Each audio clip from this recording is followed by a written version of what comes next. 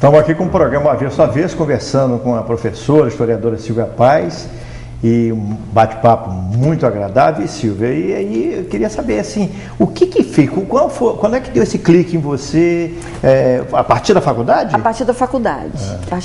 Mas qual, para você, a importância da preservação, né, da memória e da identidade, da nossa identidade? Isso.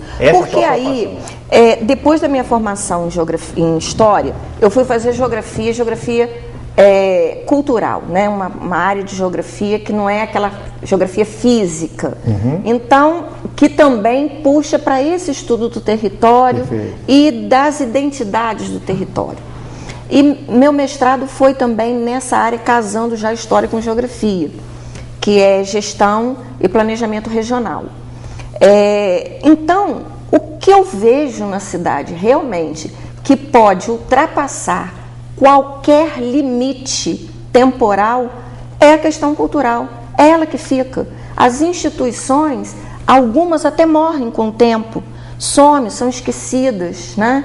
As questões econômicas, elas se transformam, mas as questões culturais, elas estão ali e elas perpassam a maior parte de longevidade no mesmo território. E você, isso me encanta. E há um engajamento grande de pessoas, são poucas pessoas, muitas pessoas com essa compreensão, com esse engajamento, Olha, tem um grupo bom que já está pesquisando muito, inclusive de garotos, né, pessoal de geração mais nova, com um trabalho feito na UENF, que eu acompanho de perto como bolsista de extensão e curiosa, às vezes, né, com a amizade que eu fiz quando trabalhei lá e que permanece, e eu estou sempre com eles. Então, as pesquisas com espaços urbanos vazios, o caso das nossas usinas, que hoje estão fechadas, o que fazer com elas? Qual é o sentido delas ocuparem esse espaço hoje no centro urbano? A cavalhada, a folia de reis, os celeiros, profissões que já quase não existe mais, né? Celeiro, ferrador, e a gente ainda tem essas pessoas na cidade. Alfaiate, modistas, mas modistas daquelas antigas, bordadeiras. Então a gente ainda existe.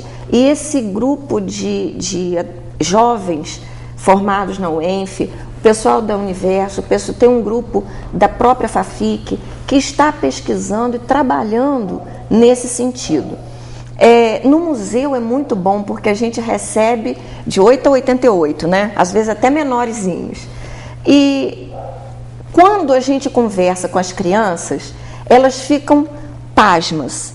E com os idosos é ótimo, porque a gente aprende demais. Aprende reza, aprende músicas que ficaram um pouco esquecidas no passado, né? São revividas. E um relacionamento assim fantástico, porque às vezes eles dizem assim, engraçado, eu nunca vi isso como você vê. E essa troca é muito enriquecedora, né?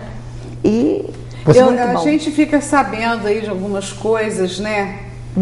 Há um bochichozinho até nesse setor. E há aí tipo assim, uma falação, um boato de que a história de Campos está errada, Silvia? Não, errada não está, não. Ela é o seguinte... Conta essa história pra gente. Está deturpada. Ela não está fielmente retratada. Olha, digamos que a verdade ela não é única, ela tem várias faces. Uma história de Campos foi vista pelos memorialistas. A heroína Benta Pereira, os índios Goitacá de uma determinada maneira, não se fala do Coropó, do Puri, do Coroado, que também estiveram por aqui,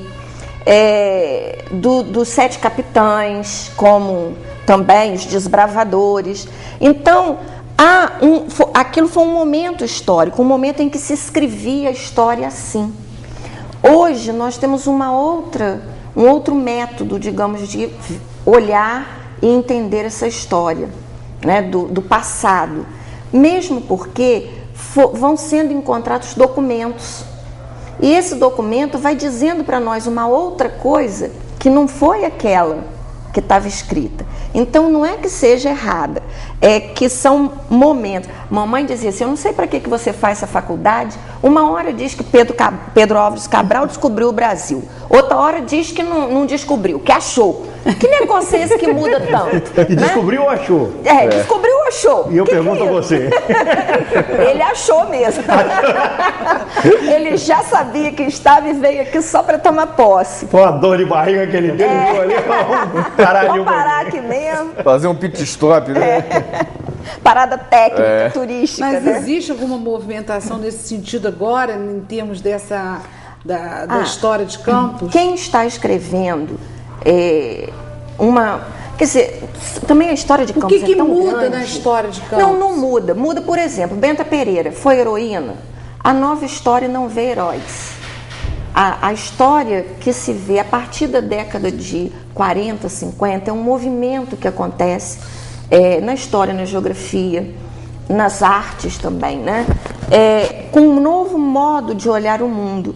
Então, aquela história dos Césares, dos grandes imperadores romanos, os grandes reis, aquilo é uma história que é legal, é interessante, é bonitinha, mas não é só isso, né? Nós temos outras pessoas que fazem história. Quem? O cara que vai tomar conta do cavalo da Benta Pereira, ele ajudou a fazer história.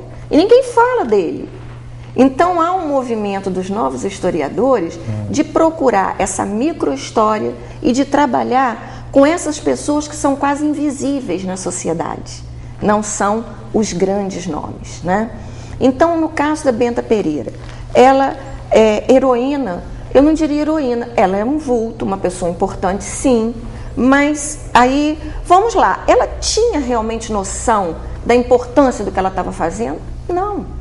Era uma pessoa que, para ela, a capitania pertencer a um donatário, pertencer a Portugal ou não pertencer a ninguém, isso não estava dizendo nada para ela, provavelmente. Por quê que a gente afirma isso?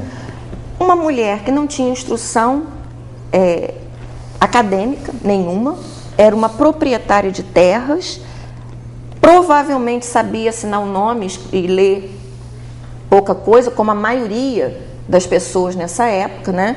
Uma mulher trabalhadora, criou vários filhos, né? Sozinha praticamente, viúva. Então ela não tinha noção do que esse movimento dela traria e trouxe, né? De resposta. O que ela queria, na verdade, era o gado dela de volta, ponto. Né?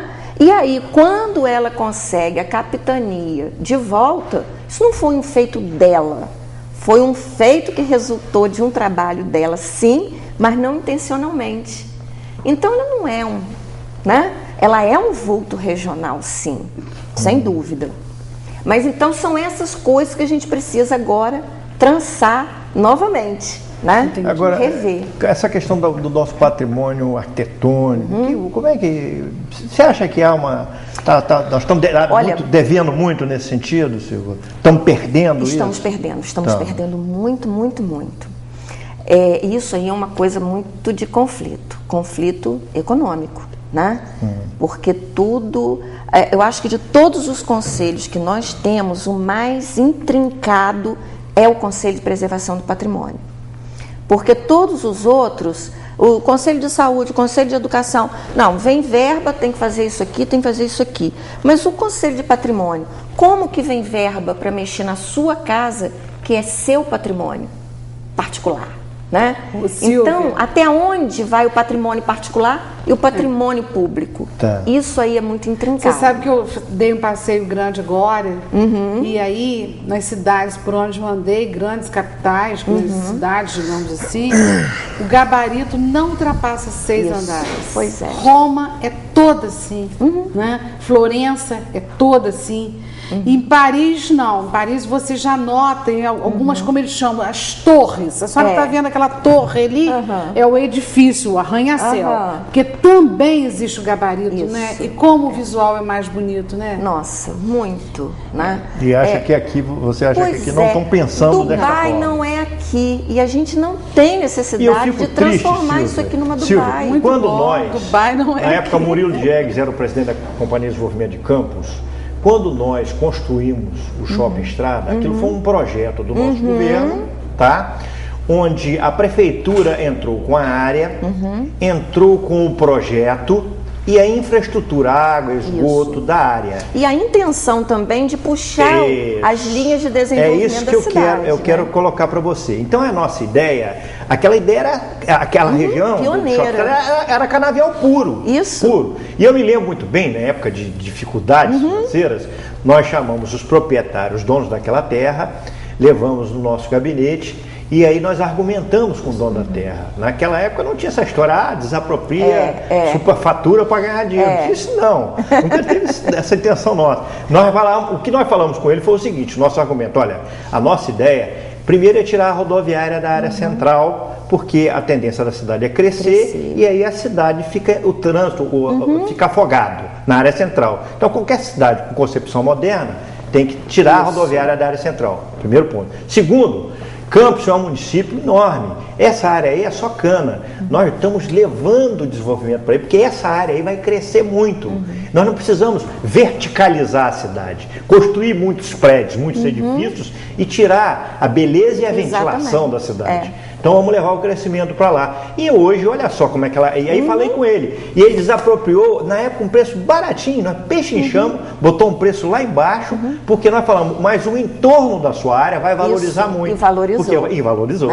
E eles estão ganhando dinheiro nisso. Então a gente tinha essa preocupação. Isso é planejamento, né? Hoje eu vejo 4.040 quilômetros quadrados, eles liberando aí edifícios e mais edifícios para serem construídos. Eu moro no Parque Tamandaré, está uma quantidade enorme. E aí o esgoto já está deficitário. Exato. Aí o trânsito, a insegurança, né? E a cidade perde a sua história, a sua beleza, o aconchego. O vento nordeste, que nós não podemos perder Fernando patrimônio. falou, quando esteve aqui, Fernando Leite, a questão dos espaços vazios, né? Como é importante isso, meu Deus. Em Nova York você tem a área do Central Park. Áreas verdes, nós não temos nenhuma área verde. Em Paris você anda, Robinho, não sei a extensão São os parques, né? dos Campos Elíseos, mas uma delícia você andar, né? Você sai dali da Praça da Concórdia, que é aquele entroncamento cheio de vias, aí você atravessa os Campos Elíseos. Numa paz. Numa paz. Então, essa questão do espaço vazio, né? Que não passa na cabeça da gente. Quer dizer, não é nem um espaço vazio, é um espaço que você vai preenchido de outra forma. De outra forma, exatamente. Agora, Silvia, você sabe que eu tenho um amigo arquiteto e recentemente estive no escritório dele e estava vendo um projeto que ele foi contratado para fazer esse projeto pela Secretaria de Planejamento lá de São João da Barra. A nova cidade X, existe isso.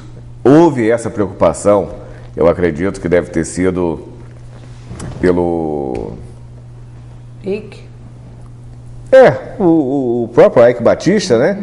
Que o deve, Grupo X. né? O Grupo X, né, que se preocupou com isso. Quando eles encomendaram esse projeto, eles atentaram muito bem para esse detalhe, entendeu? Agora, Ele vai Silvio, constar lá. Nós esgotamos esse bloco, nós vamos para o último bloco, não é isso mesmo, Armandinho? Nós vamos para o último bloco, mas daqui a pouco a gente está voltando com você para fazer umas perguntas sobre como é que muda essa forma de pensar. Mas daqui a pouquinho.